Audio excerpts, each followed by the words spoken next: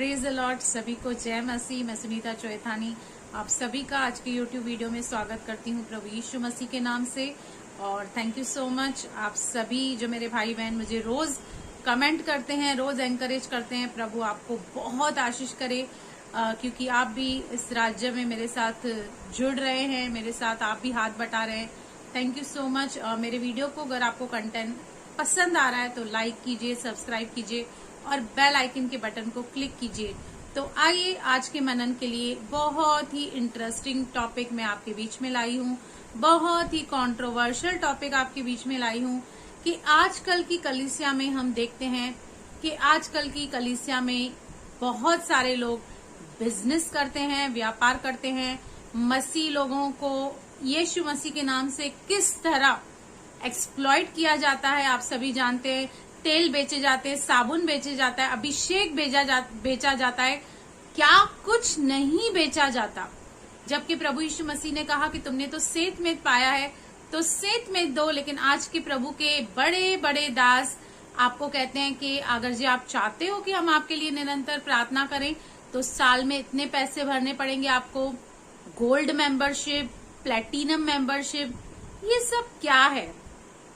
अगर जी आप एक विश्वासी हैं और आपको अगर जी ये बात देखकर एक आत्मिक क्रोध और रोष आपके अंदर नहीं आ रहा है तो there is something really wrong with you.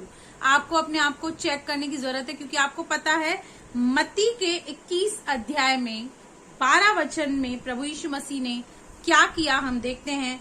यीशु ने परमेश्वर के मंदिर में जाकर उन सबको जो भी, चाहे कितने भी बड़े ओहदे पे वो क्यों ना था, कितना भी बड़ा वो सोसाइटी में क्यों ना था, सबको जो मंदिर में लेन देन कर रहे थे निकाल दिया और सराफों के पीड़े और कबूतर बेचने वालों की चौकियां उलट दी और उनसे कहा, लिखा है मेरा घर प्रार्थना का घर कहलाएगा, परंतु तुम उसे डाकुओं की खो बनाते हो।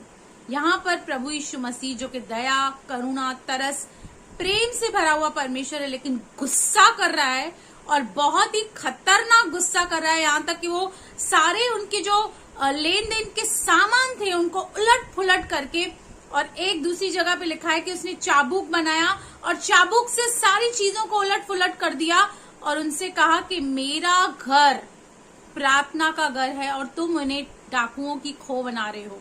हालेलुया। आज अपने फेसबुक पे मैंने एक पोस्ट शेयर किया था ब्रदर जैक पुनन का, और ब्रदर जैक पुनन का मैं बहुत सुनती हूँ और मैं सच्ची आपको बताना चाहती हूँ कि मैं उसका सुन के इतनी आशीषित हुई हूँ, इतनी प्रैक्टिकल, इतनी स्ट्रांग बनी हुई यीशु मसीह में। उन्होंने एक पोस्ट डाला था कि अगर जे आपकी कलीसिया में व्यापार होता है और आपको ये देखकर गुस्सा नहीं आता है तो फिर आप यीशु मसीह के अनुयायी नहीं हैं, क्योंकि प्रभु यीशु मसीह का वचन कहता है, फिलिपियों 2:6-7-8 कहता है, 5 कहता है कि जैसा मसीह का स्वभाव था वैसा ही तुम्हारा भी स्वभाव हो। यानी कि जिस बात में मसीह गुस्सा कर रहा है हमारे अंदर भी एक जलन, एक आत्मिक क्रोध उमड़ना चाहिए इन बातों के लिए। क्योंकि देखिए जब आप गलत को सपोर्ट करते हैं ना तो आप खुद भी गलत हो जाते हैं।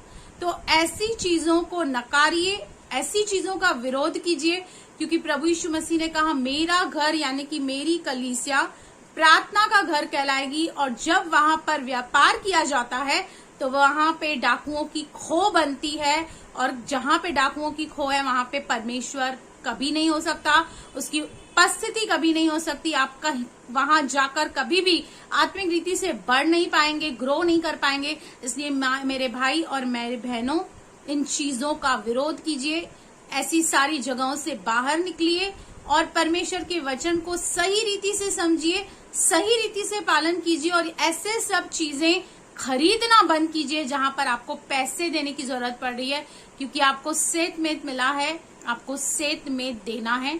मैं 100 से ज्यादा फेसबुक पे लाइव कर चुकी हूँ, 100 से ज्यादा मेरे यूट्यूब पे वीडियो है। मैंने आज तक कभी किसी से 1 रुपया भी नहीं लिया। मैं गर्व के साथ ये कह सकती हूँ, हाँ प्रभु ने मुझे बहुत आशीष किया है, कभी किसी चीज की कमी नहीं रखी, घटी नहीं रखी, और मैं उसके ऊपर डिपेंड रहती हूँ, उसके ऊपर अपना भरोसा रखती हूँ। तो आपको भी मैं यही एनकरेज करना चाहती हूँ कि सुसमाचार या जो भी आप प्रभु का काम करते हैं सेत में कीजिए। प्रभु कभी किसी का कर्जदार नहीं रहता, वो आपको आशीष करता है। और ऐसी सारी बातों का मैं न्याय नहीं कर रही, क्योंकि यहाँ पे कुछ बुद्धिजीव लोग बोलेंगे आप न्याय कर रहे हो, हमको न्याय नहीं करना है। भैया मैं न्याय नहीं कर रही, मैं ये नहीं कह रही कि वो नरक जाएंगे, लेकिन हाँ परखना है हमें, प्रभु ने हमें डिसर्न करने के लिए कहा है, इसलिए परखिए और ऐसी जगहों से निकल आइए और अपने जीवनों में आशीष पाइए। God bless you. प्रभु आपको बहुत बहुत आशीष करे। आमेन आमेन।